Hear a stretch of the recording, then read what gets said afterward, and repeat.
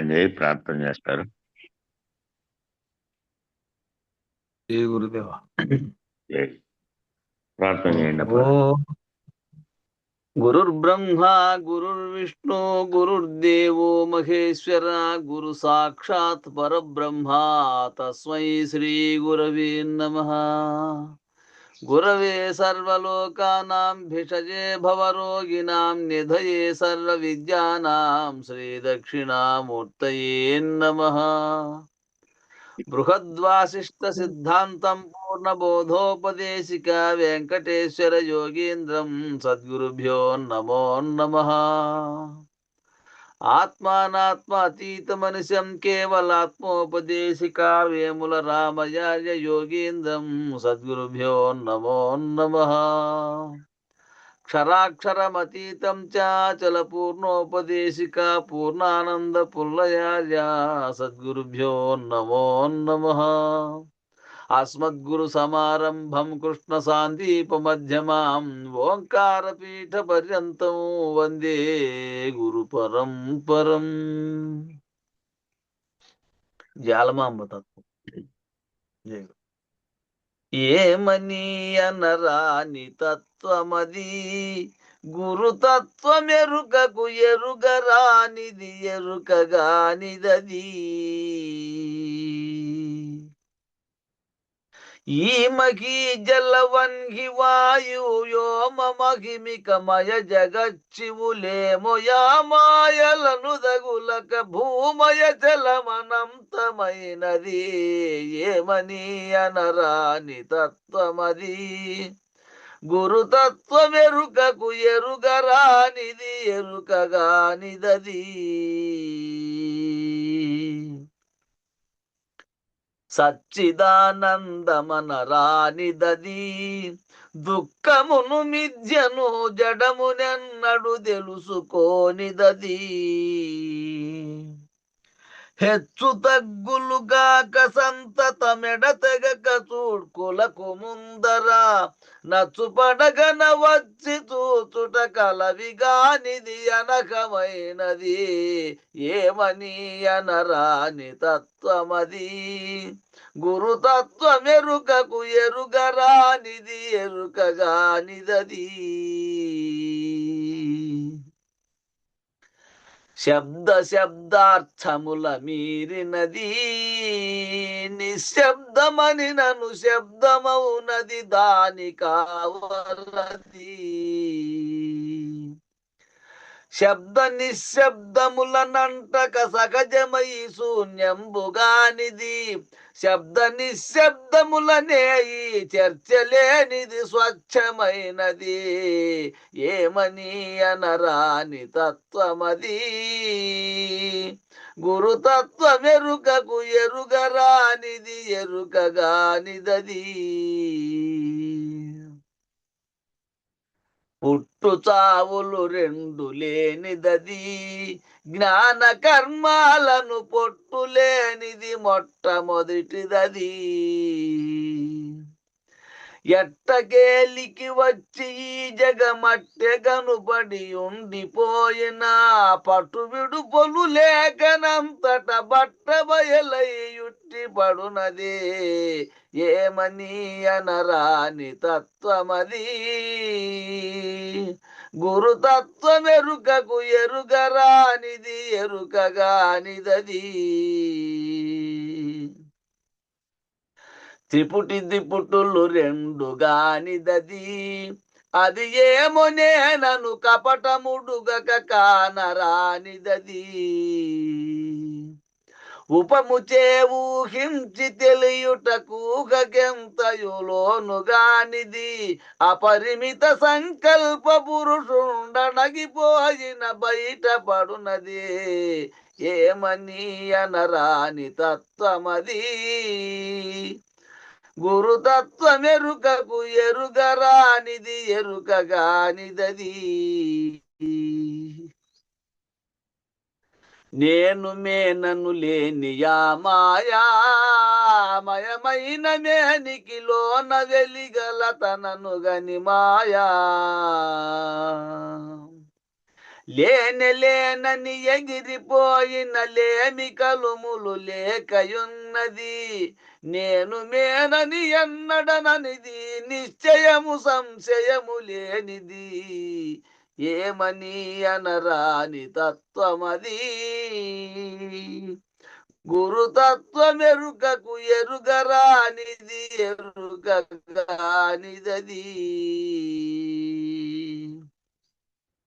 యోగి భోగి అనంగరానిదది. యోగ భోగములవి యోగ సంయోగములు గానిదది.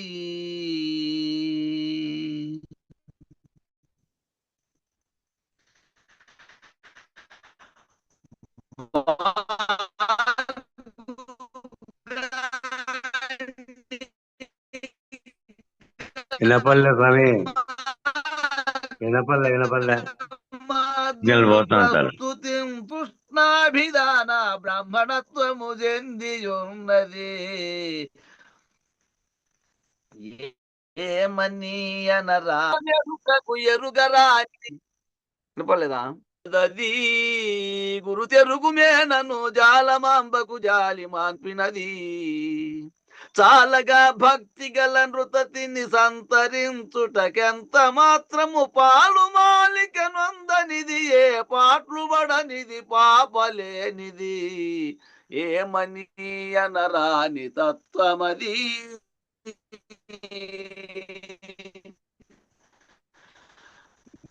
గురుతత్వమెరుగని శ్రీ సద్గురు ప్రభు మహారాజుకు జై. పూర్ణానంద పుల్లయాజులకు జై. విష్ణువానంద కృష్ణమూర్త్యాజులకు జై. అనంత కోటి గురు భక్త మండలికి జై. గురు పరంపరముకు జై.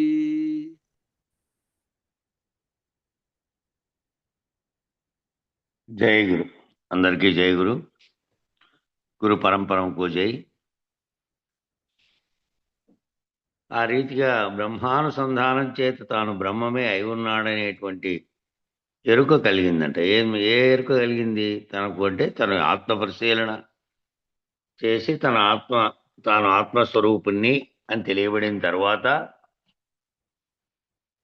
తాను బ్రహ్మలేక అనుసంధానమైనట్టు. అంతవరకు ఏం భావించాడు? తాను నామరూపాత్మకమైన శరీరాన్ని జీవుణ్ణి అని భావించే భావం పోయి తానే సర్వవ్యాప్త చైతన్యంగా ఉన్న బ్రహ్మమును, ఏ బ్రహ్మం అయితే సంకల్పించి దీన్ని సృష్టించిందో ఆ జ్ఞానస్వరూపుణ్ణైనటువంటి తాను బ్రహ్మమును అని బ్రహ్మం చేత అనుసంధానమై ఉంటే ఆ అనుసంధానమై ఉన్నాననేటువంటి ఎరుక కలిగింది.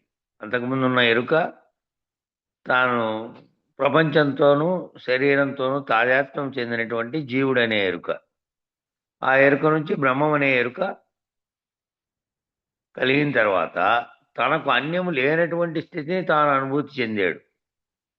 తాను ఏ స్థితి లేకపోయినాడో అది తెలిసిన తర్వాత అంటే తనకంటే ఇంకన్యం లేదు. తన జీవుడుగా ఉంటేనేమో అనేక మంది, అనేక వ్యక్తులు, అనేకమైనటువంటి అనేకత్వం అన్నిట్లోనూ ద్వంద్వం చూశాడు. ఇంకా ఆ ద్వంద్వ స్థితి లేదు. తానే సర్వవ్యాప్త చైతన్యాన్ని తాను కింద భావం చెందడం వల్ల తాదాత్మ్యత వల్ల ఈ విధంగా తనకు అనేకత్వం తోచింది అని తానుకు అన్యం లేనటువంటి స్థితిని తాను అనుభూతి చెందినాడు. అంతటా తానైన స్థితిని, అన్నీ తన యందు ఉన్నటువంటి స్థితిని, అంతటా ఉన్న తానే అన్నీ తన యందే ఉన్నాయి అనేటువంటి స్థితిని పొందితే ఇంకప్పుడు తాను శరీరంగా భావన లేదు. సర్వవ్యాప్తంగా ఉన్నటువంటి భావనలో తాను బ్రహ్మం అనేటువంటి 4 మహావాక్యాల ద్వారా ఈ విచారణలో తేలబడింది ఏదైతే ఉందో, కింది స్థాయిలో నుంచి సాంఖ్యము, జగత్తును గురించిన విచారణ, బ్రహ్మాండాన్ని గురించిన విచారణ, పిండాండాన్ని విచారణ, మళ్ళీ తారకము అంటే తన గురించి, తనలో ఉన్నటువంటి స్థితిని గురించి, అమనస్కము మనస్సే అన్నిటికీ కారణం, దాన్ని రహితపరచుకోవాలనేది, అది దాటిన స్థితిలో మహావాక్యాల్లో తన ప్రజ్ఞానమే బ్రహ్మము, తానే బ్రహ్మము అనేటువంటి అహం బ్రహ్మస్మి అనే వరకు 4వ వాక్యం అది. అక్కడి వరకు తెలిసినటువంటి వాడు ఆ స్థితిలో తాను అనుసంధానం చెందిన తర్వాత అంతటా ఉన్నది తానే, అన్నీ తన యందే ఉన్నాయి అనే భావనతో ఇక్కడ ఈ రీతిని ఇక్కడ సూచనగా వాచ్యార్థంగా చూస్తేనేమో, వాచ్యార్థంగా చూస్తే ఏం కనపడుతోంది? కన్నులు దేహంలో భాగమై చూసే కన్నులు దేహంలో భాగమై ఉండి కూడా దేహాన్ని చూస్తున్నాయి, దేహాన్ని చూపిస్తున్నాయి. మన కన్నులు మన శరీరంలోని భాగంగా ఉన్నాయి, మన దేహాన్ని చూపిస్తున్నాయి, బాహ్యాన్నంతటినీ చూపిస్తున్నాయి. దీనికేమో దృక్దీక్షా సాంప్రదాయ పద్ధతిగా కూడా ఇందులో సూచన ఉన్నది. దృక్దీక్ష అనేది చెప్తారు కదా ఉపదేశ సమయంలో, కంటితో ఏదైతే కనపడుతోందో దానికంటే ఏది మనసులో తెలుసుకోబడుతున్నదో, మనసుతో గుర్తించగలుగుతోందో అది కన్ను లేకపోయినప్పటికీ గుర్తించగలిగేది అవుతుంది. దర్పణ విద్యా విధానంలో సూచన అయినటువంటి మహనీయులకు గురుకృప విశేషం చేత దర్పణం తీసేసినా కూడా ఆ ఉపదేశించబడినటువంటి ప్రకాశ బిందువు ఆర్యాదర్పణంగా ఎదురవుతుంది. కాబట్టి దర్పణ పద్ధతిలో ఏదైతే తెలుసుకున్నాడో ఇచ్చారన్నమాట ఆయన. కాబట్టి ఎవరు ఈ దర్పణము అంటే మన ఎదురుగా కనిపించే ప్రతిబింబంగా కనపడేకి మనముంటే, మనమున్నా మనం ఏ వైపుకి తిప్పినా ఆ వైపు ఆ దర్పణం ఏం చేస్తుందంటే అందులో ప్రతిబింబాన్ని చూపిస్తుంది. ఎదురుగా ఉన్నటువంటి వస్తువు ప్రతిబింబంగా కనపడుతుంది. ఆ విధానంలో బింబం ఉంటేనే అక్కడ ప్రతిబింబం కనపడుతోంది. అయితే గురుకృప విశేషం చేత ఎవరైతే గురుకృపా విశేషం చేత దాన్ని తనలోనే ఆత్మభావంలో తనలో దర్శించుకోగలిగారో వాళ్ళకి దర్పణం తీసివేసినా కూడా సరే దర్పణంతో పని లేదు. ఉపదేశించబడినటువంటి ప్రకాశ బిందువు ద్వారా ఆ ఉపదేశించబడినటువంటి విషయాన్ని తనలోకి తీసుకొని ఆర్యదర్పణం ద్వారా అంటే తనలో తాను గుర్తెరగలిగేటట్టు. ఆ గుర్తెరిగినది ఎట్లా? దర్పణం అవసరం లేని వాడికి. దర్పణం అవసరం అంటే దర్పణంలోది చూడగలిగేది ఏంది? కనులైతే ఒకటి చూడగలుగుతాయి దర్పణంలో ఏమి ప్రతిబింబం ఉంది అని. కంటితో పని లేదు ఇంక వాళ్ళకి. ప్రకాశ బిందువు ఏదైతుందో అది ఆర్యదర్పణంగా ఆత్మ ద్వారా వాళ్ళు దర్శించగలిగినటువంటి జ్ఞానం వాళ్ళకు ఉంటుంది. ఆ విధంగా దేశకేంద్రుల చేత ఉపదేశ వాక్యాలను పొంది ఆ పొందినటువంటి వాటిని యొక్క అంతరార్థాన్ని గ్రహించినటువంటి వాళ్ళు దర్పణం తీసేసినా సరే తాము భావించినటువంటి ఆ విషయాన్ని ప్రకాశ బిందువు అనేది ఆ ఆర్యదర్పణంగా ఎదురవుతుందట. ఈ ఎదురవటం అనేది చాలా ముఖ్యం. అందులో ఎదురైన ప్రకాశ బిందువులో తనను తాను దర్శించడం మొదలై అష్టతన నిర్ణయాన్ని, షోడశావస్థల నిర్ణయాన్ని, క్రమసృష్టిని, పంచ వివేకాలను, పంచ గగనాలను తెలిసి పోగొట్టుకునేటువంటి విడిపించబడేటువంటి పద్ధతిగా ఈ దర్పణ విద్యా విధానం నడుస్తుంది.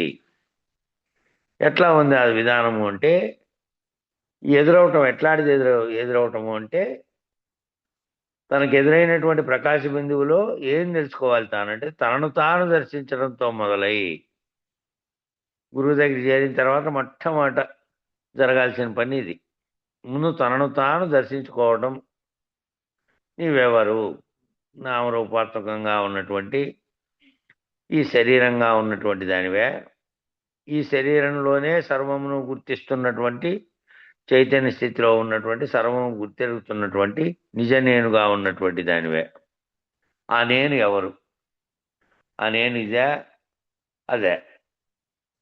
కాబట్టి ఆ నేనును గురించినటువంటి ప్రశ్న మొదలవుతుంది. ఫస్ట్ తనను తాను దర్శించడంతో తానంటే ఎవరు అంటే తనలో పలుకుతున్న ఆ నేనెవరు అనే దాంతో మొదలై అష్టతను నిర్ణయాన్ని, 8 తనువుల నిర్ణయం అంటే జీవతనువులు 4, విషుడు, తైజసుడు, ప్రాజ్ఞుడు, ప్రత్యేగాత్మ. అంటే 4 తనువులు 4 యొక్క అవస్థలే అవి, 4 రీతులుగా పొందుతున్నటువంటివి. ఈ జాగ్రత్త అవస్థలో ఉన్నప్పుడు విషుడుగా, స్వప్నావస్థలో ఉన్నప్పుడు తైజసుడుగా సూక్ష్మ స్థితిలో ఉండి, గాఢ నిద్రావస్థలో ఏ చలనము ఈ దేనిని గుర్తించలేనటువంటి అన్నిటినీ అన్ని రకాలుగా చైతన్యం అణిగిపోయినటువంటి అది కూడా అక్కడ కూడా సాక్షిగా ఉంది అంటే ఏంగా ఉంది అక్కడ సాక్షి కూడా నిజానికి లేదు. చోట సాక్షులు ఉన్నారంటే చూస్తూ ఉండి గుర్తెరుగుతున్నటువంటిది ఉండాలి కాబట్టి అది కూడా లేకుండా ఉంది. కాకపోతే తెలుసుకునేటువంటి మనసు మాత్రమే లేదు. అంతరంగ చతుష్టయం లేదు అక్కడ. మిగిలినవి పనిచేస్తున్నటువంటి అవస్థలన్నీ శరీరంలో పనిచేస్తున్నాయి. గాఢ నిద్రావస్థలో ప్రాణము, వాయువు ఇవన్నీ. ఇక ఈ నాలుగోదైనటువంటి ఈ మూడింటిని గుర్తెరగలిగిన మూడవస్థలను గుర్తెరిగిన నాలుగో అవస్థలో తాను సాక్షిగా ఉండి దీనితో తాయాత్వం లేనటువంటి ప్రత్యేగాత్మ స్థితి. ఆ 4 జీవతరములైతే ఇవే 4 ఈశ్వరునికి విరాట్ హిరణ్యగర్భ అవ్యాకృత పరమాత్మ అనేటువంటి 4 అవస్థలని 4 దాని అభిమానం 4 అవస్థలకు 4 అభిమానులుగా ఉన్నటువంటి 4 తనువులు ఉన్నాయి. కాబట్టి ఈ 4 విచారణ చేసి ఆ 4 విచారణ చేసి 8 తనువుల నిర్ణయాన్ని షోడశావస్థల నిర్ణయాన్ని షోడశావస్థలు అంటే 16 నుండి 4 4 16 ఆ 4 4 అనేటివి ఏంటివి అంటే ఇంతకుముందే వచ్చినాయి. అంతకుముందు అనేక గ్రంథాలు చదివినప్పుడు వినిండే వాళ్ళకైతే తెలుస్తాయి. కొత్తగా వచ్చిన వాళ్ళకి అవి వాళ్ళు అంతకుముందు వినిన్నారు. ఎందుకంటే జాగ్రత్తలో మళ్ళీ 4వ అవస్థలు జాగ్రత్తలో చెప్తాను. షోడశావస్థలు అంటే 16 ఏవి అంటే 4 చెప్పారే. ఇప్పుడు ఈ 4 ఏవైతే చెప్పారో జాగ్రత్త, స్వప్నము, సుషుప్తి, తుర్యము, ఈ 4లో మళ్ళీ జాగ్రత్తలో స్వప్నము, జాగ్రత్తలో సుషుప్తి, అట్లా 4 వస్తాయి. ఆ 4 16 అనేటివి వస్తాయి. అందుకనే ముందు ఈ కొత్తగా వచ్చిన వాళ్ళు వేదాంత పదకోశ నిర్ణయం విధానం అనేది ఒకటి బుక్ ఉంది. చాలామందికి మనకు పంపినవన్నీ ఇచ్చాము. మొదటి భాగం, రెండవ భాగం అని 2 భాగాలు ఉంది. సజ్జా పూర్ణచంద్రరావు గారు విపులంగా రాశారు. కాబట్టి వేదాంత పద్ధతిలో గురువు గారి దగ్గర కూడా విచారణ చేసి ఈ మన గ్రంథాల్లో కూడా మన అనుభవానంద స్వామి రాసిన గ్రంథాల్లో, ఎలపకుర్తి వారు రాసిన గ్రంథాల్లో వివరణ ఉంది దీనికి. కొత్తగా వచ్చిన వాళ్ళకి ఏమిటంటే వాళ్ళు అది కూడా చదివితే ఇప్పుడు ఇప్పుడు ఈ పిల్లోడు వెండ్ల వేమూరి కిషోర్ వీళ్ళందరికీ ఇట్లాంటి వాళ్ళకి కొన్ని ఇంకా ఇట్లాంటి బుక్కులు ఇప్పుడు ఈ వేదాంత పదకోశ వివరణ అని ఉండేటువంటి సజ్జా పూర్ణచంద్రరావు లాంటి పుస్తకాలు కొన్ని అయిన ప్రాథమిక స్థాయిలో చదివితే ఈ పదాలన్నీ ఏమేమిగా వస్తున్నాయి, ఇక్కడ ఈ పదాలు ఎట్లా ఉపయోగిస్తున్నారు, ఆ పదాల యొక్క వాచ్యార్థమే కాక అంతరార్థం ఏమిటి, అంతరార్థం కావాలంటే గురువుగారి దగ్గర అడగచ్చు. బాహ్యంగా వాటి పదాలకు అర్థమైతే దాంట్లో వివరించగలిగారు. కాబట్టి ఆ పుస్తకాలు వాళ్ళకి ఇంకా కొన్ని ఉన్నాయి ఆశ్రమంలో. నేను వచ్చిన తర్వాత పంపుతా కొంతమందికి కొత్తలో బాగా తొందరగా సులభంగా అర్థం చేసుకోగలిగినటువంటి వారి. కాబట్టి ఈ షోడశావస్థల నిర్ణయాన్ని అంటే 16 అవస్థల నిర్ణయాన్ని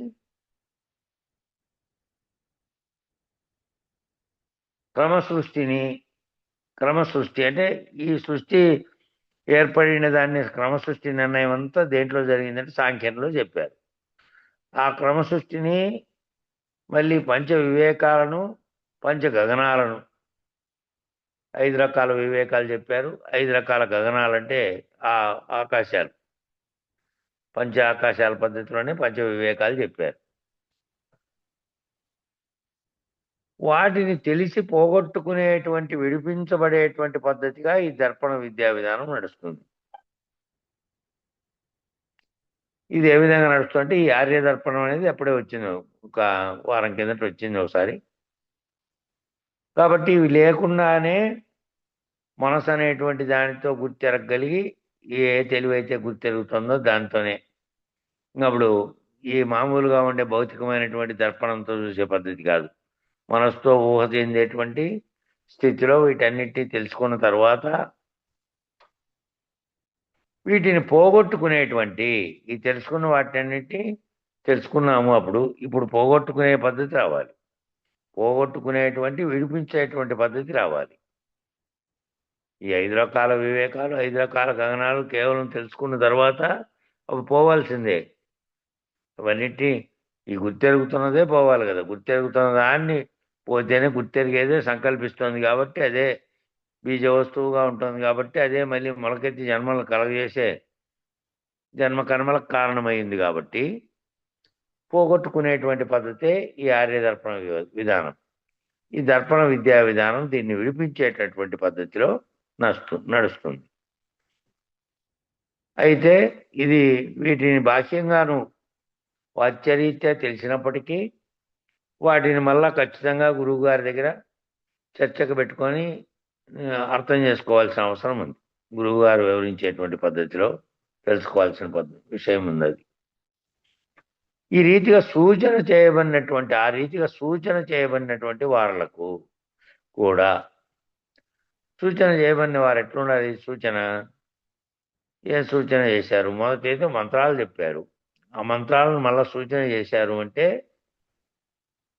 వాటి అంతరార్థాన్ని మీకు సూచన చేసి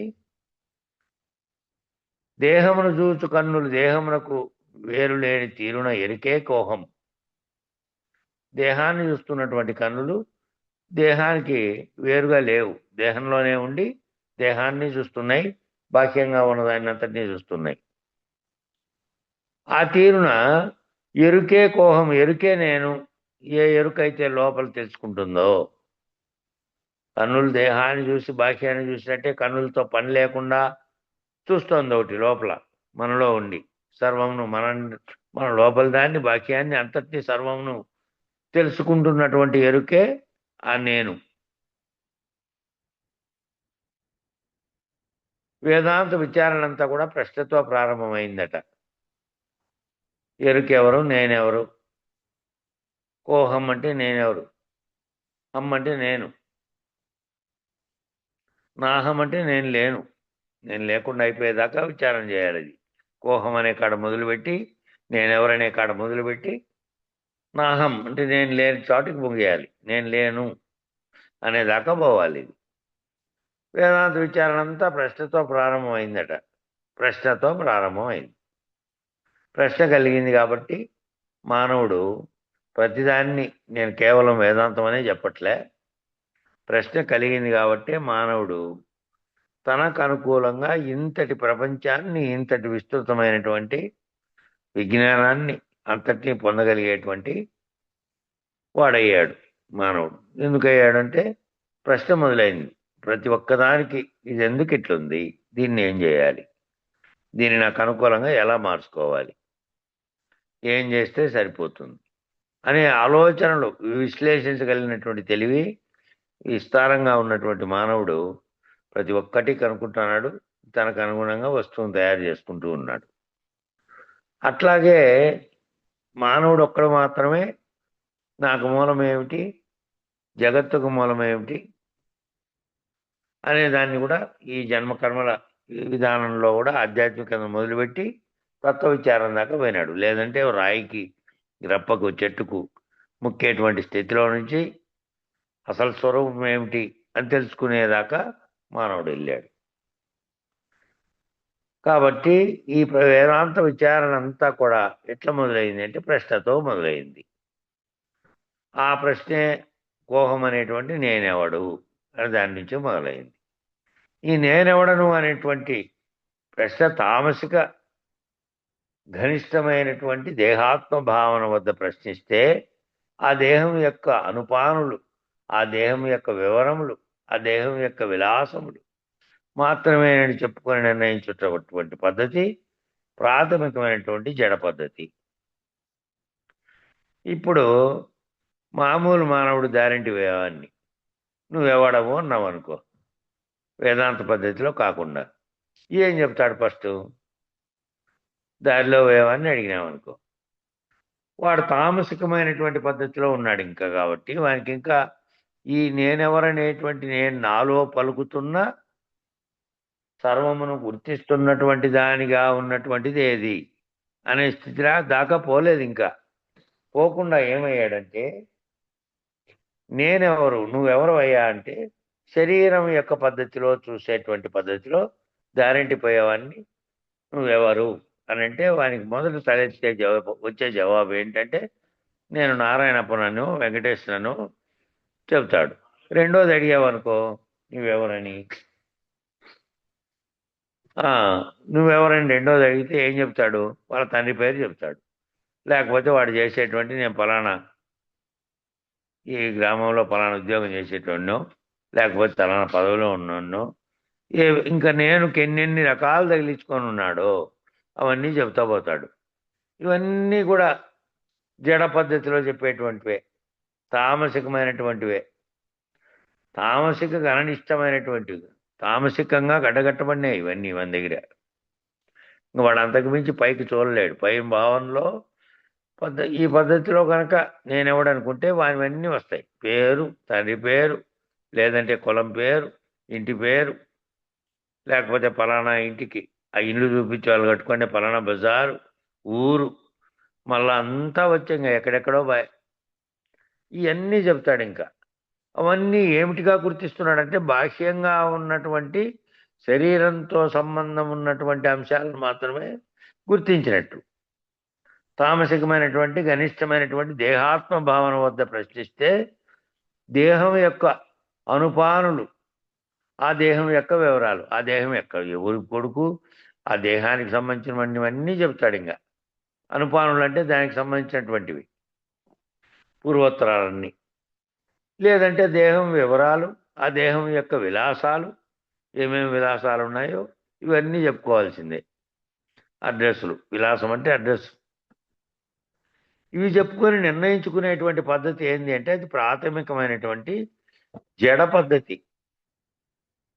జంతవహ అంటే జంతువు యొక్క పద్ధతి. జంతువు స్థాయిలో తానంటే ఏం చూస్తున్నాడంటే, రూపాన్ని చూస్తున్నాడు, పేరును చూస్తున్నాడు, ఊరును చూస్తున్నాడు, కులాన్ని చూస్తున్నాడు, ఇవే అన్ని చూస్తున్నాడు. అంతకు మించి చూడలేడు ఇంక అక్కడ. కాబట్టి అవే చెప్తాడు. ఇక ఇక నేనెవడిని, ఈ నేనెవడికి ఎవరు సమాధానం చెప్పాలి? ఏ పద్ధతిలో విచారణ చేస్తే నేనెవడో తెలుస్తుంది? నిజమైనటువంటి నేను తెలవాలి కదా. నిజమైన నేనెవరు? ఇక ఈ నేనెవడికి సమాధానం సాక్షిత్వ పద్ధతిగా, అక్షర పురుషోత్తమ ప్రాప్తి వరకు నిర్ణయ పద్ధతిగా, నిర్ణయాత్మకమైనటువంటి తత్వదర్శనం, చిత్తదర్శనం, స్వాత్మ దర్శనం, ఈశ దర్శనం అనేటువంటి దర్శన రీతిగా విచారణ చేయాలి. నేనెవడని నిర్ణయించేటువంటి పద్ధతి కోహం అనే ప్రశ్నకి సమాధానం చెప్తారు. కోహం అంటే నేనెవరు. కో అంటే హిందీలో, సంస్కృతంలో పదం అది. కో అంటే ఎవరు, హమ్ అంటే నేను, కోహం అంటే నేనెవరు. దానికి తత్వదర్శనమైనటువంటి గురుమూర్తిని ఆశ్రయించి ఏం చేయాలి? పరిప్రశ్నేన సేవయా, పరిప్రశ్నతో చతుర్వేద శుశ్రూషలతో వారు చేయించినట్టయితే ఎట్లా తెలుసుకోవాలి మరి అంటే, నేనెవరికి గురుమూర్తిని ఆశ్రయించాలి. గురుమూర్తిని ఆశ్రయించి ఈ నిజనేనుగా భావించేది ఏది అనేటువంటి దాన్ని సమాధానం తెలుసుకోవాలంటే సాక్షిత్వ పద్ధతిగా, నువ్వు సాక్షిగా నీలో ఏదైతే సర్వము గుర్తెరిగి పలుకుతోందో, ఇది పైగా ఉండి అన్నింటినీ తెలుసుకునే స్థితిలో ఉంది. దాని ప్రకాశం చేత, ఆత్మ ప్రకాశంతో సర్వ శరీరంలోని అన్నీ నడిచినప్పటికీ అవన్నీ దీని ద్వారానే జరుగుతున్నప్పటికీ, ఆ కదలికలన్నీ మనసు, బుద్ధి, చిత్తం, అహంకారం దాని ప్రేరణ చేత శరీరంలో ఉన్నటువంటి అవయవాలన్నీ కదులుతున్నప్పటికీ, ఒకటి మాత్రం వీటితో తాదాత్మ్యం చెందకుండా దీనికి ప్రకాశం కల్పిస్తూనే పైగా ఉంది. దాన్నే ఆత్మ అని అన్నారు. అట్లా ఆత్మ పద్ధతిలో, సాక్షిత్వ పద్ధతిలో విచారం చేసి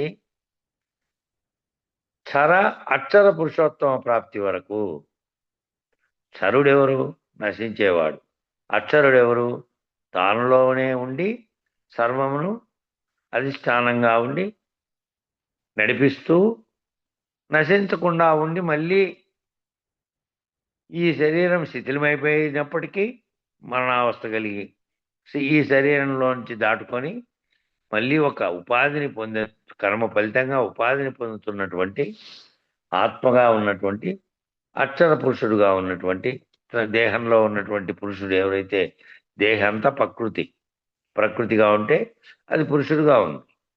అట్లా అక్షర పురుషుడుగా అక్షర పురుషుడు పురుషోత్తముడు.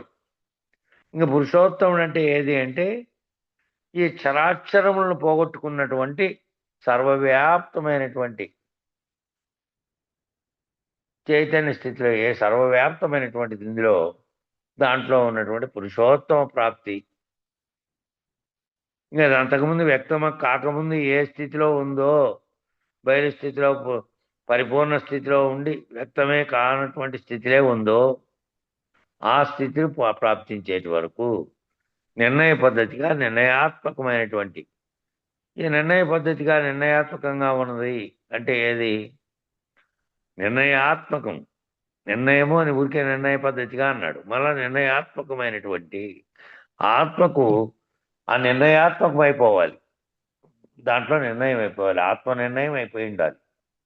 దాన్ని దాటుకునేకి దాన్ని తెలియసేకే ఫస్ట్ తత్వదర్శనం అన్నారు. తత్వ పద్ధతిలో దర్శించాలి, చిత్వ పద్ధతిలో దర్శించాలి. చిత్తం అనే పద్ధతిలో స్వాత్మ దర్శనం, తానే ఆ ఆత్మ అనేటువంటి పద్ధతిలో. ఈశ దర్శనం అంటే తానే జీవభావాన్ని పోగొట్టుకుంటే తానే ఈశ్వరుడు అనేటువంటి పద్ధతిలో ఒక్కొక్క దాన్ని దర్శించడము అంటే ఒక్కొక్క దాన్ని తనలోనే భావన చెందినటువంటి దర్శన పద్ధతిగా ఎవరైతే తెలుసుకున్నారో గురుమూర్తి యొక్క కరుణ చేత తెలుసుకోవాలి. అది ఇదేదో పేపర్లో చదివితేనో పత్రికలో బుక్కులో చదువుతూ ఉంటే పోతానే ఉంటుంది. అప్పుడు అర్థమవుతూ ఉంటుంది. కాసేపు పోయిన తర్వాత మళ్ళీ అర్థం కాని రీతిలో అయిపోకూడదు. కాబట్టి దర్శన పద్ధతిలో ఒకసారి దర్శించబడితే ఒకసారి గుర్తుకు కాబడితే అది నిలిచిపోవాలి. అలాగే ఆ రీతిలో నేనెవడని నిర్ణయించే పద్ధతి ఆ కోహం అనే ప్రశ్నకి సమాధానం అదే. అట్లా తత్వదర్శి అయినటువంటి గురుమూర్తిని, ఎందుకంటే గురుమూర్తి ఏమిటి? గురుమూర్తి ఆల్రెడీ తాను దాని తత్వాన్ని దర్శించి దాన్ని గుర్తెరిగి తాననేటువంటి ఏది గుర్తెరిగిందో ఆ గుర్తెరిగే గుర్తును రహితపరుచుకున్నటువంటి ఆ ఎరుకను విడనాడినటువంటి లేనెరుకలో ఉన్నటువంటి గురుమూర్తి నువ్వు ఆశ్రయిస్తే మళ్ళీ అప్పుడు నీకు తెలియజేసే సిద్ధంగా ఉంటాడు. అటువంటి పద్ధతిలో గురుమూర్తి ఏం చేస్తాడు? పరిప్రశ్నేన సేవయ, పరిప్రశ్నతో అంటే వింటున్న వానికి ఆ భావనలో విషయం అర్థమై అందులో తనకు ఉత్పన్నమయ్యేటువంటి ప్రశ్నలతో, పరిప్రశ్నేన అంటే విశేషంగా తాను పరిశీలించగా పుట్టినటువంటి ప్రశ్న. ఆ వింటున్న విషయాన్ని పరిశీలించగా పుట్టినటువంటి ప్రశ్న. అట్లా ప్రశ్న పుట్టాలి. వింటున్న దాన్ని అర్థమై ఆ వింటున్న దాంట్లో తనకు కలిగే సందేహాన్ని పరిప్రశ్న రూపంలో ఆ పరిప్రశ్నే సేవ చేయడం అంట. గురువుగారిని గనక అటువంటి పరిప్రశ్నలు అడిగితే, తనకు పరిశీలించగా పుట్టినటువంటి ప్రశ్నలను గురువు అడిగితే ఆ గురువుని ఆ పరిప్రశ్నతో ఏం చేయాలంటే చతుర్వేద శుశ్రూషలతో, ఈ చతుర్వేద శుశ్రూషలు 4 రకాలైనటువంటి శుశ్రూషలతో, రాత్రి ఆ అంశం వచ్చింది. రాత్రి అంటే అదే ఇక్కడ మాకైతే పొద్దునున్నట్టు. అది ఎట్లా ఏ విధంగానని సేవించడము, పాదం పట్టడం అంటే ఏంటి అనే దాంట్లో వచ్చింది చూడండి. రాత్రి ఆ విషయం వచ్చినప్పుడు మామూలుగా శారీరకంగా పట్టినటువంటి భౌతికంగా పట్టినటువంటి గురుపాదాలలో ప్రాథమిక స్థాయిలో చేసేటువంటి సేవ అది. అట్లా 4 రకాలైన శుశ్రూషలు చెప్పారు అందులో. ఆ 4 శుశ్రూషల్లో కూడా శుశ్రూష గురువుకు చేస్తూ మళ్ళీ ఇది కావాలట. ఏది? పరిప్రశ్నలతో సేవ చేయడం. పరిప్రశ్నలు అడగడమే వారి తత్వదర్శనంతో ఉన్నటువంటి వారు మళ్ళీ నీకు చెప్పడానికి దాంట్లోకి వెళ్ళి లేనర్కలో తాను లేకుండా శరీరుడైనప్పటికీ మళ్ళీ నీకు బోధించే కోసం ఆయన దీనికి జవాబు చెప్పారు.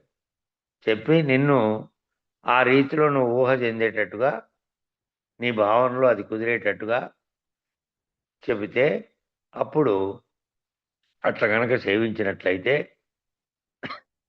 4 రకాల శుశ్రూషల్లోనూ చేస్తూ కూడా ప్రశ్నలతో పరిప్రశ్నతో కూడా సేవ చేస్తే దాంతో కూడినటువంటి సేవ అయి ఉండాలి అది. అది కేవలం ఊరికే ఏదో చేసినట్టు కాకుండా నీ భావనలో పరిప్రశ్నతో తెలుసుకునే పద్ధతిలో చేస్తే అప్పుడు ఉపదేశించితే జ్ఞానిదం జ్ఞానినా తత్వదర్శనం. అప్పుడు ఏం చేస్తారు అంటే కేవలం ఉపదేశించినటువంటి వాచ్యార్థ వాక్యాలకు అంతరార్థం ఏముందో దాంట్లో ఆయన దర్శించినటువంటి జ్ఞానం ఏమిటో ఆ జ్ఞానాన్ని నువ్వు దర్శించేటట్టు నీకు చేస్తాడు. ఆ జ్ఞానాన్ని ఉపదేశిస్తాను నీకు, ఆయన తెలుసుకున్నటువంటి జ్ఞానాన్ని. కాబట్టి తత్వదర్శన జ్ఞానాన్ని ఉపదేశిస్తాడు. తత్వదర్శన జ్ఞానం తత్ప్రభావం చేత తత్వదర్శనం కలిగింది. తత్వదర్శనం అంటే అంతకుముందు చెప్పింది ఏమిటి? వాక్యాల్లో వాక్యార్థం చెప్పారు, దాని లక్ష్యార్థం ఏమిటి? మళ్ళీ ఆ లక్ష్యం అర్థమైపోయి దాని నిర్ణయార్థకంగా అయితే తత్వదర్శనం జరిగినట్టు. తత్వం అంటే దాంట్లో అంతరార్థం ఏమిటి అని. మామూలుగా తత్వం అనే పదానికి ఇంగ్లీష్లో చెప్పాలంటే ఇజం అని పేరు. ఇజం అంటే తత్వం. ఈ రకరకాలైన కమ్యూనిజం, సోషలిజం, యూటిలిటేరియనిజం, ఫ్యాసిజం, ఈ ఇజంలన్నీ వచ్చినాయి ఇట్లా. ఈ ఇజం అంటే ఒక్కొక్కరికి వాని మదిలో పుట్టినటువంటి తత్వాలను సిద్ధాంతాలుగా చేశారు. ఆయా సిద్ధాంతాలంటికి ఇజం అని పెట్టేవాళ్ళు. భారతీయులు ఏం చేశారంటే తత్ త్వం త్వం తత్ త్వం రెండింటిని కలిపి తత్వం అయింది. ఆ తత్తు ఏదైతే ఉందో ఆ తత్తే సృష్టికి కారణమైనది. ఆ త్వం ఏదైతే ఉందో దాన్ని దర్శించినది. తత్వ దర్శనం అంటే తానే అది అని తెలుసుకున్నటువంటి దర్శన జ్ఞానం. కాబట్టి తత్వదర్శన జ్ఞానాన్ని ఉపదేశిస్తారు ఎవరు? గురుమూర్తులైనటువంటి వారు. ఆ తత్ప్రభావం చేత తత్వదర్శనం తనలో కలిగి కస్త్వం తవదాసోహం,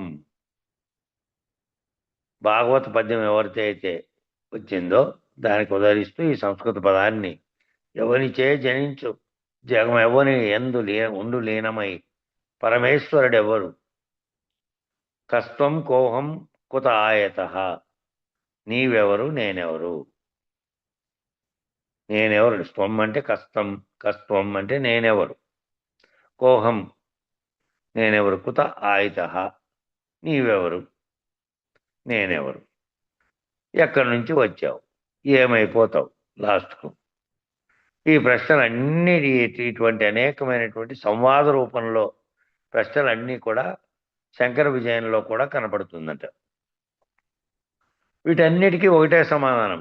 ఇన్ని రకాలైన ప్రశ్నలన్నీ నీకు తీరిపోవాలి. ఇంకా వేదాంత విచారణలో ఉపదేశం పొందినటువంటి వారికి రోజువారీ కొన్ని పరిప్రశ్నల లోపల తలెత్తుతూ ఉంటే ఆ గురువు దగ్గర తెలుసుకుంటూ పోతూ ఉంటే సంవత్సరాల తరబడి పడుతుంది. అనేకమైనటువంటి పదాలు వచ్చినాయి, అనేకమైనటువంటి వచ్చినాయి. అంతిమంగా ఏమో అనేది ఒక్కటే ఆఖరుకు. ఆ ఒక్కటే నేను, ఆ ఒక్కటి కూడా లేకుండా అయిపోతే నేనే లేను అనేది వస్తుంది. అంత సులభంగా కాదు, చాలా కష్టము, చాలా భావన అంతా దీని మీదకి పెట్టాల్సిన అవసరం ఉంది. పైపైన వింటే వచ్చేది కాదు ఈ బోధ. కాబట్టి నువ్వు లోపలికి దాంట్లోకి అంతర్గతంగా నువ్వు అందులోకి ప్రవేశించి ఇట్లా విచారణ ద్వారా నువ్వు చేసుకుంటూ వస్తే నీవెవరు, నేనెవరు, ఎక్కడి నుంచి వచ్చావు, ఏమవుతావు అనేటివన్నీ అయితే ఈ ఎవని చేయి జనించు అనేది కూడా అట్లా మొదలైంది. ఎవని చేయి జనించు జగం ఎవని యందు ఉండు లీనమై, ఎవని యందు లీనమై ఉంది ఇది. పరమేశ్వరుడు ఎవరు? పరమేశ్వరుడు అనే ఆయన ఎవరు? మామూలు ఈశ్వరుడు అనే ఆయన ఎవరు? పరమ నెరిగిండేటువంటి ఈశ్వరుడు ఎవరు? ఇంకా దాటుకొని పోతే ఇంకెవరు? ఆ లేనటువంటి ఏదైతే ఉన్నదో ఒకటే స్థితిలో ఉన్నటువంటిది, ఆ ఒక్కటి ఏమిటి? ఇట్లా విచారణ ద్వారా ఏమవుతావు, ఎక్కడి నుంచి వచ్చావు, అలాంటి ప్రశ్నలతో సంవాద రూపంలో ఉందంట శంకర విజయంలో. శంకర విజయం అనేది కూడా ఒక గ్రంథం ఉంది, అందులో ఉందట. వీళ్ళైతే అనేక మంది అనేకమైనటువంటి మార్గాల్లో పోయినటువంటి వాళ్ళు అన్నింటినీ చదివారు. అవన్నీ ప్రతి ఒక్కడు జీవితం అంతా చదవాలంటే జీవిత కాలం అంతా కూడా సరిపోదు కాబట్టి మన పెద్దలు వాటన్నిటిలో ఏవైతే తాము కనుక్కున్నారో దీనికి అనుసంధానం చేసి చెప్పుకుంటూ వచ్చారు కాబట్టి మళ్ళీ పక్కకు తీసి మనకు ప్రత్యేకంగా అందించారు. ఇంకా వేద కాలం నాటి నుంచి వాటన్నిటిని చదవాలంటే కష్టం కాబట్టి వాటి సారాన్ని మనకు అందిస్తూ పోయినారు. వీటన్నిటికీ ఒకటే సమాధానం ఉంది. అన్నిటికీ ఒకటే సమాధానం, పైన చెప్పిన వాటి అన్నిటికీ ఒకటే సమాధానం. ఇవన్నీ ఒక్కటేనయ్యా బాబు అనిండేది అచలం. ఇవన్నీ ఒకటే. ఇన్ని రకాలైనటువంటి నువ్వు ఎన్ని తిప్పలబడి ఎన్ని తెలుసుకున్నప్పటికీ ఎన్ని విచారణ చేసినప్పటికీ అన్నిటికీ సమాధానం ఆ వేరువేరుగా తోస్తున్నటువంటిది అంతా పోతే ఇవన్నీ ఒక్కటేనయ్యా బాబు అన్నది అచలం. ఇదంతా ఎరుకే. ఎన్ని రకాలుగా విచారణ చేసి ఎన్ని రకాలుగా లోతులు లేకపోయి ఎన్ని రకాల గ్రంథాలను పట్టుకొని ఎన్ని రకాల వివరణ అంతా వేరువేరుగా దర్శించి ఇస్తున్నదంతా కూడా ఎరుకే.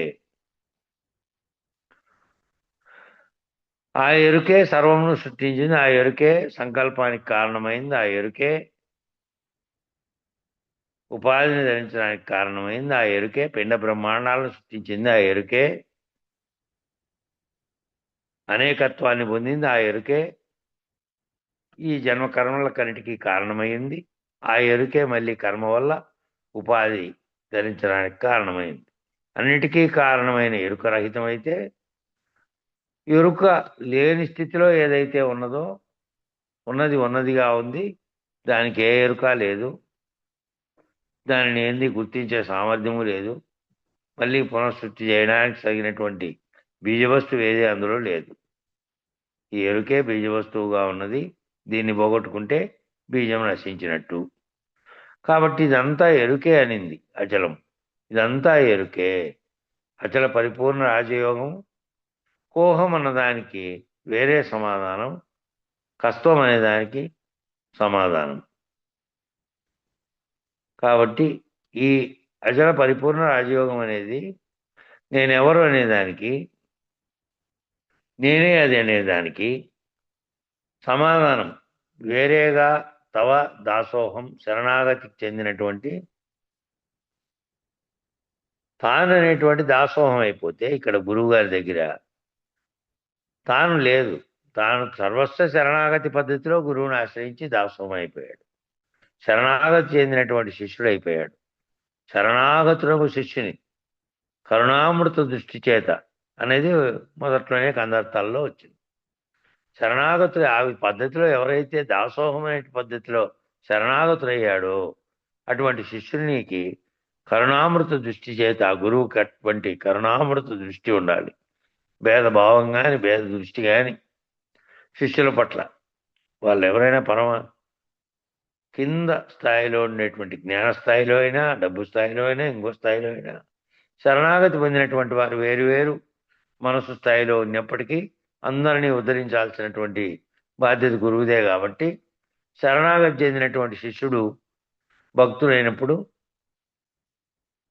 ఆ అనుసరిస్తున్నటువంటి పరమాణువుని నేను, శిష్య పరమాణువుని నేను, గురుపుత్రుని నేను, సశిష్యుడిని నేను, ఇలా ఎన్నో రీతులుగా ఆ అధికారికి అనేక పేర్లు వచ్చినాయి. శిష్యుడుగా శరణాగతి చెందిన తర్వాత కొంతమంది కేవలం శిష్యుడుగా ఉండి వింటూ పోతూ ఉంటే, కొంతమంది శరణాగతి చెందినటువంటి దాసోహమైనటువంటి అనన్య భక్తితో ఉండేవాడు కొందరైతే, కేవలం అనుసరిస్తూ ఉన్నటువంటి పరమాణువుగా ఉండేవాడు ఒక్కడైతే శిష్య పరమాణువుగా ఉండేవాడు, గురుపుత్రుడుగా ఉండేవాడు, సత్శిష్యుడు అంటే ఉత్తమ శిష్యుడుగా ఉండేవాడు. ఇట్లా రకరకాలైనటువంటి పద్ధతిలో ఆ అధికారిత్వం పొందినటువంటికి ఇచ్చారు. చాలా మంచోడప్ప, చాలా భక్తుడప్ప, గురువు అంటే అంత భక్తి ఉంది, కేవలం భక్తి ఉంది. ఇక తానులో తాను లీనమయ్యేటువంటి స్థితి రావాలి. ఆ గురువులోనే లీనమయ్యేటువంటి స్థితి. భక్తుడుగా ఉన్నాడంటే తాను తన గురువు అనేటువంటి రెండుగా ఉన్నటువంటి పద్ధతిలో భక్తి చేస్తున్నాడు. కానీ తానే ఆ గురువు అనేటువంటి స్థితిలోకి పోయే వరకు ఈ విచారణలో ఆ అధికారిగా ఉన్నవానికి అనేక పేర్లు ఉన్నాయి. సాధకుడు దగ్గర నుంచి సాధకుడని నేను, ఆ తర్వాత ఇక శ్రీ గురుడని నేను, గురువుని నేను, సద్గురువుని నేను, పూర్ణ సద్గురువుని నేను, మళ్ళీ అవతారుడని నేను, భగవంతుడు నేనే. ఈ రీతి సమాధానాలన్నీ ఉన్నాయి తాను పొందేటువంటివి. తాను ఆయా స్టెప్పుల్లో ఆ వేరువేరు స్టెప్పులన్నీ అవి ఆ స్థితిగా ఎదుగుతూ పోయినటువంటి స్థితిలో వచ్చేటువంటి అవి. నేనే అది అయిపోయినటువంటి నాకంటే వేరుగా ఏ దివ్యత్వమో ఏ ఇదో ఉంది అనుకుంటే అది అందులో లేదు, నాలోనే ఉంది, నేను చెందే భావనలో ఉంది ఇదంతా అనే రీతికి తాను ఎదుక్కుంటూ పోయే వరకు సమాధానాలన్నీ వస్తాయి. ఇవన్నీ సోహం, నేనే ఇవన్నీ అనేటువంటి తెలియబడే వరకు కోహం అనే దగ్గర నుంచి సోహం అంటే ఏది, లోపలికి పోతున్నటువంటి అంశగా ఉన్నటువంటి గాలి తీసుకోవడం వస్తున్నటువంటివి. మ్యూట్ చేసుకోండి, ఎవరో శబ్దాలు చేస్తున్నారు. కాబట్టి ఏది ప్రాణము ప్రాణము ప్రాణం నిరంతరం జరగడానికి ఎటువంటి సోహం అనేది జరుగుతోందో ఆ సోహంగా ప్రాణం ఏదైతే దాంతో పొందుతుందో, లోపలికి గాలి పీల్చుకుంటుందో వదులుతోంది. నువ్వు ఎప్పుడైనా దాన్ని గమనించినప్పటికీ గమనించకపోయినప్పటికీ గాఢ నిద్రగా ఉన్నటువంటి స్థితిలో ఉన్నప్పటికీ అదేం ఆగిపోలే, నిరంతరము జరుగుతున్నటువంటి ప్రక్రియ అది. గాలి పీల్చుకోవడం వదలడం ఆ రెండు ఉన్నప్పుడే ప్రాణం ఉన్నట్టు. అలా ఆయా స్థితి భేదం చేత తవ సోహం సోహం బటం చెప్పబడినటువంటి కర్మ, భక్తి, యోగ, జ్ఞాన మార్గ విశేషణమైనటువంటి విశిష్టములన్నీ, ఈ విశేషాలన్నీ ఎవరు చూస్తున్నారు? తనలోనే జరుగుతున్నాయి. ప్రాణం గాలి పీల్చుకుంటున్నావు, ఆ గాలి పీల్చుకుంటున్న దాంతో ప్రాణం కలుగుతోంది. ఆ ప్రాణంతో కలిసి భావన చెందితే ప్రాణంతో కలవకుండా ప్రాణవాయువు కలుగుతోంది. మనసు లేదు, భావన చెందే స్థితి లేదు. గాఢ నిద్రలో నువ్వు ఉన్నప్పటికీ ప్రాణవాయువు పోతోంది. శరీరంలో, జడమైనటువంటి శరీరంలో గుండె కొట్టుకోవడం, రక్త ప్రసారణ జరగడం, గాలి పీల్చుకోవడం అనే చర్యలు, ఆ చర్యలకు సంబంధించినటువంటి శక్తి రూపంలో చైతన్యం ఉంది. అప్పుడు కూడా మనస్సుతో అది విలీనం కాలే, అంతే. గాఢ నిద్రావస్థలో ఇన్నాళ్ళు మనం ఏమనుకున్నాం, మనసు లేదంతే. చైతన్యము ప్రాణానికి ఏ చైతన్యం కావాలో, ప్రాణం నడవడానికి అది పనిచేస్తూనే ఉంది. శరీరం నశించే వరకు పనిచేస్తూనే ఉంటుంది.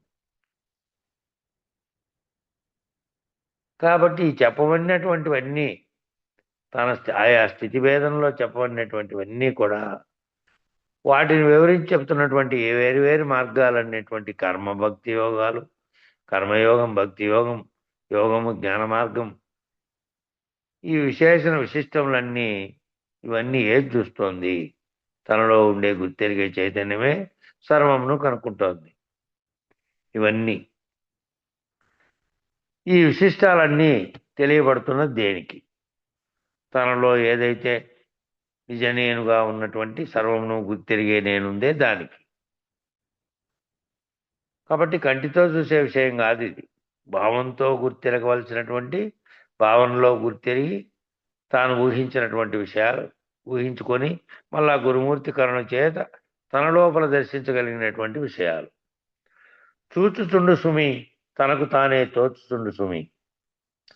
ఇక్కడ చెప్పారు చూడు, నాకు నేనే తోచి ఉన్నాను, నా వలన జరిగే నటనలన్నీ చూస్తున్నాను అనే తత్వంలో వచ్చినటువంటి భావన వచ్చింది ఇక్కడ. చూచుచుండు సుమి, తానే చూస్తూ ఉంది అన్నిటినీ. తనకు తానే తోచుచుండు సుమి, తనకు తానే తోస్తోంది. కాబట్టి ఈ అహం అనేది చిలుకను పట్టపోనిది. ఈ అహం ఎక్కడైతే ఏది చూస్తాందో, ఏది నేనంటుందో ఆ చిలుకను పట్టబోనేది. పట్టబోంటే అందరికీ సాధ్యం కాదు. ఎందరో పట్టలేక పారిపోయి, ఎందరో దాన్ని పట్టుకోలేక, దాంట్లోనే నిలబడలేక పారిపోయారు. పారిపోయారంటే ఏమిటి అంటే దాన్ని రహితం చేసుకోకుండా మళ్ళీ పోతూనే ఉంటారు. పోయి అక్కడ మళ్ళా ఈ భావన చెందుతున్న భావనలో భావరహితమైపోయి ఏది కారణంగా ఉన్నదో అది రహితమయ్యే వరకు నువ్వు ఎంత చూసినప్పటికీ దాంట్లో నుంచి ఆ తోచడం అనేది లేకుండా అయిపోవాలి. ఆ తోస్తున్నదంతా దానికే తోస్తోంది. తోస్తున్న దానికే అదే లేకుండా అయిపోవాలి. ఈ అహం అనేటువంటి చిలుకను కాదు చిలుకను, ఆ చిలుకను మనసుతో బలుస్తూ ఉంటారు. మనసు చిలుక, అది ఎగిరిపోతే ఇది లేదు. ఆ దాన్ని పట్టబోనిటంట. ఎందరో పట్టలేక పారిపోయేది, దాన్ని పట్టుకోలేక చేతగాక పారిపోయారు. బ్రహ్మ పట్టణమున పలుతెరవుల పరుగులెట్టించి చీకాకు పెట్టునయ్యా ముక్తికాంత అంటుందంట ఆత్మలింగ శతకం. ఆత్మలింగ శతకం కూడా మన వాళ్ళ దగ్గర అందరి దగ్గర ఉంది అనుకుంటా దాదాపు. ఆత్మలింగ శతకం ఇంకా మన ఆశ్రమంలో 10 ఉన్నాయి కాపీలు. అప్పుడు వాళ్ళు తీసుకొచ్చి అందరికి ఇచ్చినారు. అప్పుడు ఆ శతకము మన సద్జయంతి అప్పుడు మన నాగల వెంకటేశ్వర స్వామి ప్రింట్ నాగుల చేయించారు. వెంకటేశ్వర స్వాములు తెచ్చి ఇచ్చిపోయారు, అందరికి అమ్మారు. మిగిలినవి మళ్ళీ మీ దగ్గర పెట్టుకొని ఎవరైనా తీసుకుంటే ఆ డబ్బులు మాకు పంపండి అని చెప్పారు. మన ఆశ్రమంలో అట్లే ఉన్నాయి. అవి 15 ఏమో మిగిలింటే ఒక 4-5 ఎవరికో ఇచ్చాము. మిగిలిన ఉంటున్నాయి అట్లే. ఆత్మలింగ శతకం అంటుందంట ఏమని అంటే, బ్రహ్మ పట్టణమున పలు తెరవులు అంటే పలు మార్గాల్లో, పలు దారుల్లో, తెరవు అంటే దారి, మార్గం, పలు తెరవుల పరుగులెట్టించి, తెరవుల్లో పరుగులెట్టించాలట. ఆ పరుగులెట్టి చీకాకు పెట్టునయ్యా ముక్తికాంత, ఆ ముక్తికాంత అనేది చీకాకు పెడతా అంటుందంట ఆత్మలింగ శకం. కాబట్టి దాసోహం అన్నదాసోహం ఉన్నది, సోహం ఉన్నది, కోహం అన్న అహము ఉన్నది. తాననేటువంటి అది ఆ అన్నటువంటి సోహం అన్న సోహము ఉంది. సోహం నేనే, అది ఏదైతే సోహంగా మామూలుగా చెప్తున్నటువంటి గాలి పోతుందో ప్రాణవాయువుగా, అది నేనే. కోహం అన్నటువంటి అహము నేనని అహం చెందినటువంటి నేనే. అయమాత్మ బ్రహ్మమన్నా అయమన్నా అహమే. అయమాత్మ బ్రహ్మం నేనే బ్రహ్మమునయ్యాను అని నాలుగు మహావాక్యాల సారంగా ఉన్నటువంటి నేనే బ్రహ్మము, నా ఆత్మే బ్రహ్మమన్నా సరే, అయం అన్నా సరే, అయం అంటే నేనే దయున్నా అన్నా అహమే, ఆత్మన్నా అహమే, బ్రహ్మమన్నా అహమే. కాబట్టి నేను ఫలానాది అని అంటున్నావు తప్ప ఆ ఫలానా అనేటువంటి దానితో నేను కలిసే ఉంది. కాబట్టి నేను ఫలానాది ఏమిటిదన్నే అదంతా అహమే. కాబట్టి అర్కపురి జిల్లెలముడమ్మ నేను ఏందైనా సరే నేను అన్నది,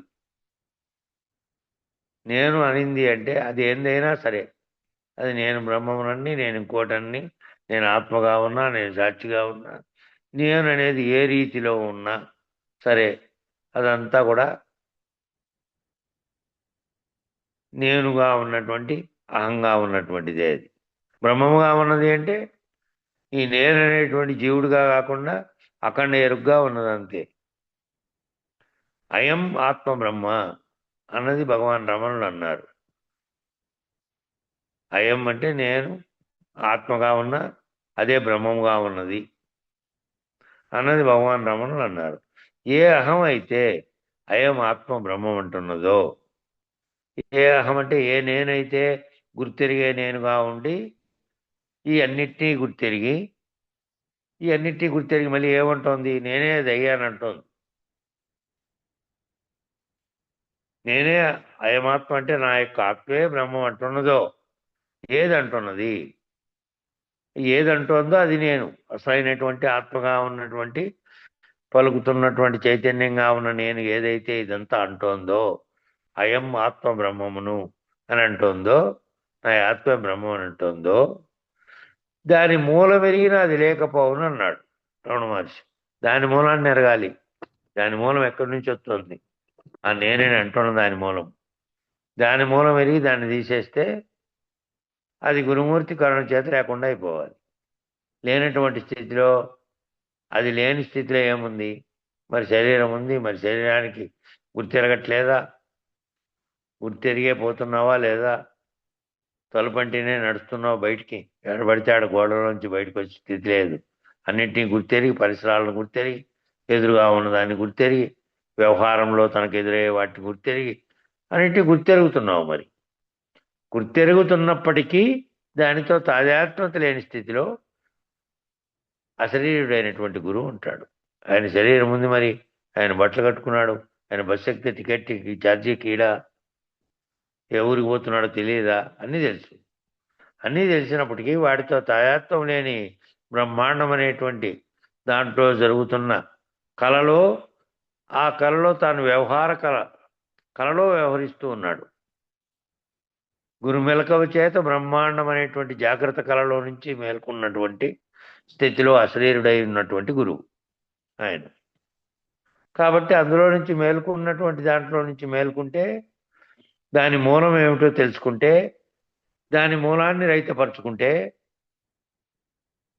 మూలం లేని గుర్తెరిగే శరీరం ఏమీ లేదని ఆ మంత్రం దాని యొక్క నిజార్థాన్ని గురువు చేత కనుక నువ్వు పొందితే, అప్పుడు ఏ అహం అయితే అయం ఆత్మ బ్రహ్మం అంటున్నదో దాని మూలం ఎరిగినటువంటి వాడు, దాని మూలాన్ని కనుక ఎరిగితే దానికి స్థానం లేదని, అది ఎక్కడా లేనటువంటి తనలో కేవలం కలిగినటువంటి మూలపుట ఎరుకగా ఉన్నటువంటి ఏ ఎరుకైతే ఉన్నదో అది లేనిదని తెలుసుకుంటే, అది లేనప్పుడు ఏది ఉందో ఎప్పటికీ ఏ పరిణామ వికారములు లేకుండా కేవలం బయలుగా ఉన్నటువంటి పరిపూర్ణంగా అంతటా నిండి ఉండి ములుగుచ్చు సందులేనిది ఏదైతే ఉన్నదో అది ఒక్కటే ఉంది. మిగిలిందంతా ఇదంతా సకలముగా భావించి అనేకంగా భావించినటువంటిది ఏమీ లేదు. ఈ మూలం, దీనికి మూలం ఏమిటో అది కూడా లేదు. ఏ అయవాత్మ బ్రహ్మం నేనే బ్రహ్మం అనిందో దానికి కూడా, దాని మూలాన్ని కూడా లేకుండా తీసేసుకుంటే అఖండ ఎరుక కూడా రహితమైనట్టు. నేను జీవుడిని అని పలికినటువంటిది కాదు, నేను ఇది ఈ నామరూపాత్మక జీవుని కాదు, నేనని పలుకుతున్న చైతన్యాన్ని, అదే ఎరుక. ఆ ఎరుకే మూల ప్రకృతిగా పరమాత్మగా ఉన్నది. ఇక్కడేమో ఆత్మగా ఉన్నది జీవుల్లో. ఇక్కడ జీవాత్మ అనుకున్నాడు. ఆ స్థితిలో నుంచి తానే పరమాత్మ అనేటువంటి స్థితిలో తానయ్యి మళ్ళీ అక్కడి నుంచి దాని మూలాన్ని ఏదో తెలుసుకొని ఆ మూలంలో దాన్ని లేకుండా చేస్తే తాను ఆ పరమాత్మ స్థితిలో నుంచి పరబయలు స్థితిలో ఉన్నటువంటి దాంట్లో గురు సూచన చేత తాను భావం చెందుతాడు. అప్పుడు అట్లా మహానుభావులు ఎవరైతే ఎరిగారో అటువంటి దేశకేంద్రుల్ని ఆశ్రయించి ఎరిగినటువంటి వారు ఆ సూచన వాక్యాల ప్రకారం ఇక్కడ చెప్పినటువంటి చూస్తుండు సుమి, చూస్తుంటాడు.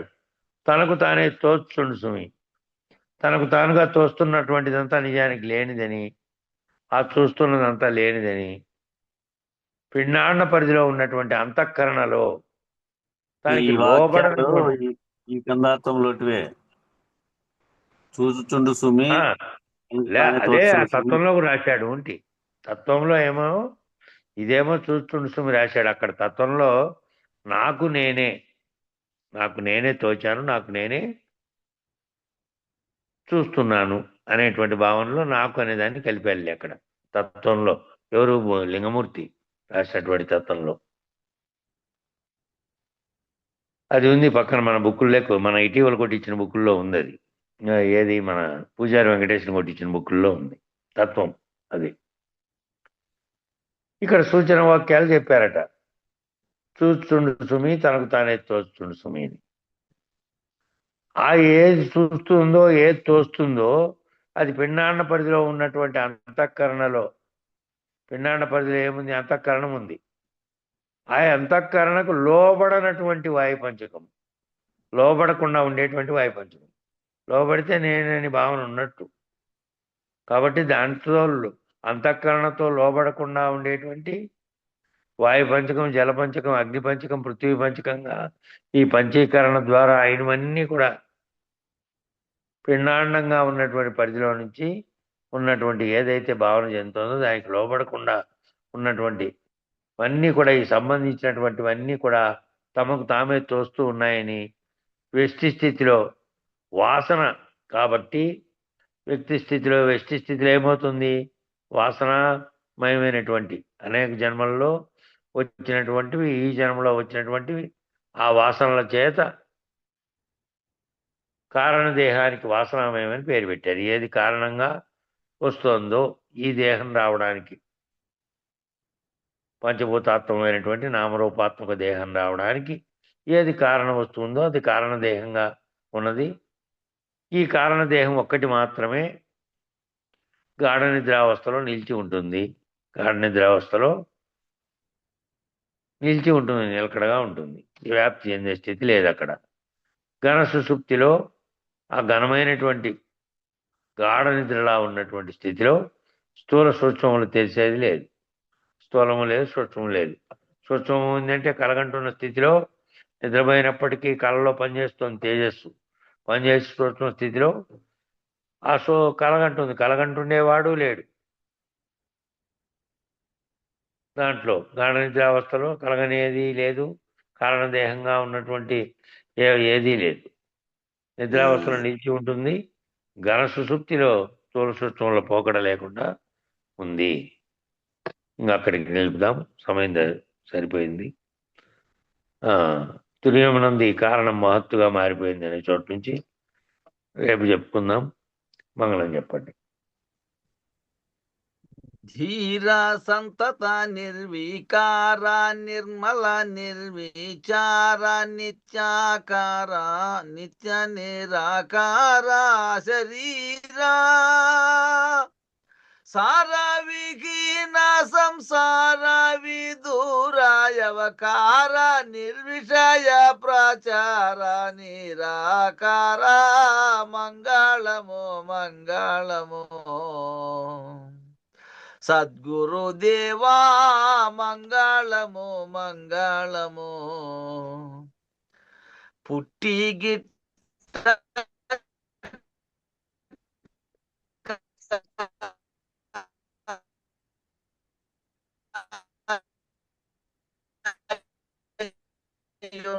నాయట్టి ద్వయరకి చుట్టూ దయబుట్టి జయి బెట్టి జన్మము కొట్టి నా ప్రభు రాయ మంగళము మంగళము కాలకాలము నొక్క లీలా నిలచియుండి చాలా కల ఎరుకాల కవలయ్యే వేళ మూలములేని గుర్తెరిగే శరీరము ఏ కాలము లేదన్నా కీలు తెలిపిన తండ్రి మంగళము మంగళము ఎన్నాడేమియును గాకున్న బయలందు ఎరుక ఉన్నదన్న మాట సున్న పరిపూర్ణమున్నది స్వప్నమంద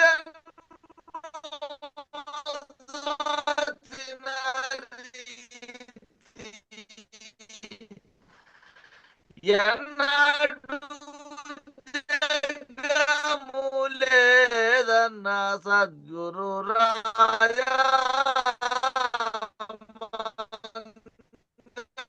వాయిస్ బ్రేక్ అవుతుంది. నెట్ గాలివాటం స్వామి, నెట్ అంతా గాలివాటం నెట్ అంతా గాలిపాటమే అయినప్పటికీ అది కొంచెం సేపు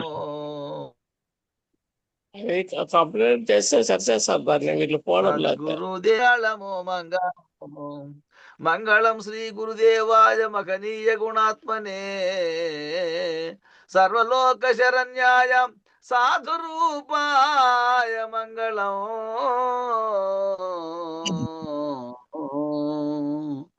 జై శ్రీ సద్గురు ప్రభు మహారాజుకు, జై పూర్ణానంద పుల్లయార్యులకు, జై విష్ణానంద కృష్ణమూర్త్యార్యులకు, జై అనంతకోటి గురుభక్త మండలికి, జై గురు పరంపరముకు, జై జై గురుదేవ.